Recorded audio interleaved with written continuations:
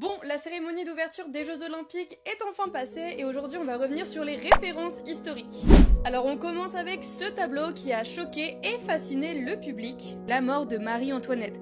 Alors elle était emprisonnée à la conciergerie avant d'être exécutée le 16 octobre 1793. Et cette scène renvoie donc à la Révolution française. Alors beaucoup se sont demandé pourquoi est-ce qu'il y a un crocodile juste ici. Mais il fait bien écho à un événement survenu en 1984 où un crocodile a bel et bien été aperçu dans les égouts de Paris.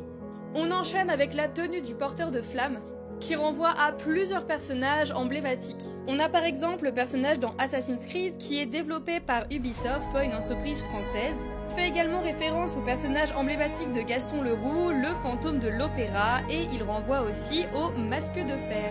Avec ce tableau, on a bien évidemment pu reconnaître la reconstitution de l'œuvre phare de Delacroix, La liberté guidant le peuple, pendant la scène de révolte de la comédie musicale Les Misérables.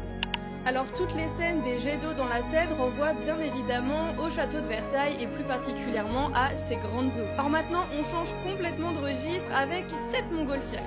La montgolfière rend hommage à la première montgolfière montrée lors des expositions universelles de 1899 à Paris et aux Tuileries.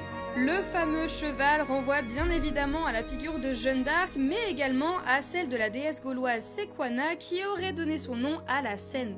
La scène du trouble qui a tant choqué renvoie à une tradition littéraire, théâtrale et cinématographique française et de longue date. Elle renvoie par exemple aux caprices de Marianne de Musset, de Jules et Jim de Truffaut ou encore de Cyrano de Bergerac de Rostand.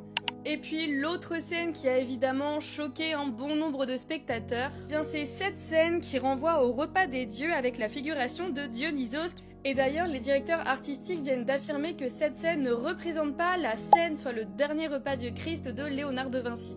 Et pour terminer, le vol de la Joconde n'est pas un coup de pub pour le musée, mais bien un événement qui a eu lieu en 1911. Et oui, et cet événement a participé à sa popularité. Bon bref, et toi sinon tu as repéré d'autres références ?